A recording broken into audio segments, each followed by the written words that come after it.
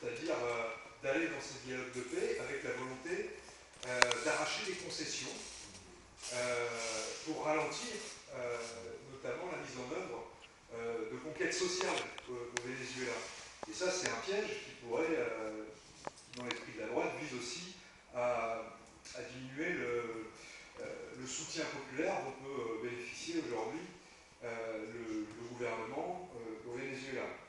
Et donc, c'est pour ça qu'il est très nécessaire que le gouvernement Maduro puisse s'appuyer d'une part au Venezuela sur la lutte des travailleurs et des secteurs populaires pour maintenir le cap à gauche, mais aussi qu'il puisse s'appuyer sur un vaste mouvement de solidarité internationale. Et c'est l'objet de la soirée de ce soir. On a au Venezuela, et tout le monde ici en est conscient, les États-Unis qui jouent dans cette partie du monde leur sempiternelle partition de la déstabilisation. Effectivement, l'ampleur de la déstabilisation au Venezuela est très importante. Peut-être que si le Venezuela faisait pousser des papayes au lieu d'avoir du pétrole dans son sous-sol, cette tentative serait peut-être beaucoup moins importante. Mais il faut bien voir que cette violence de l'opposition de droite au Venezuela, elle est aussi légitimée par un certain nombre de forces en Europe et en France, y compris par exemple, compris même par certains médias réputés proches du Parti Socialiste. Je pense au Monde, je pense à Libération, je pense à certaines radios. Et il faut bien constater que ce sont les mêmes médias, aujourd'hui dans notre pays, qui affichent un certain mépris, voire qui gomment l'expression du mouvement populaire, voire qui vont même jusqu'à nier l'existence de la classe ouvrière.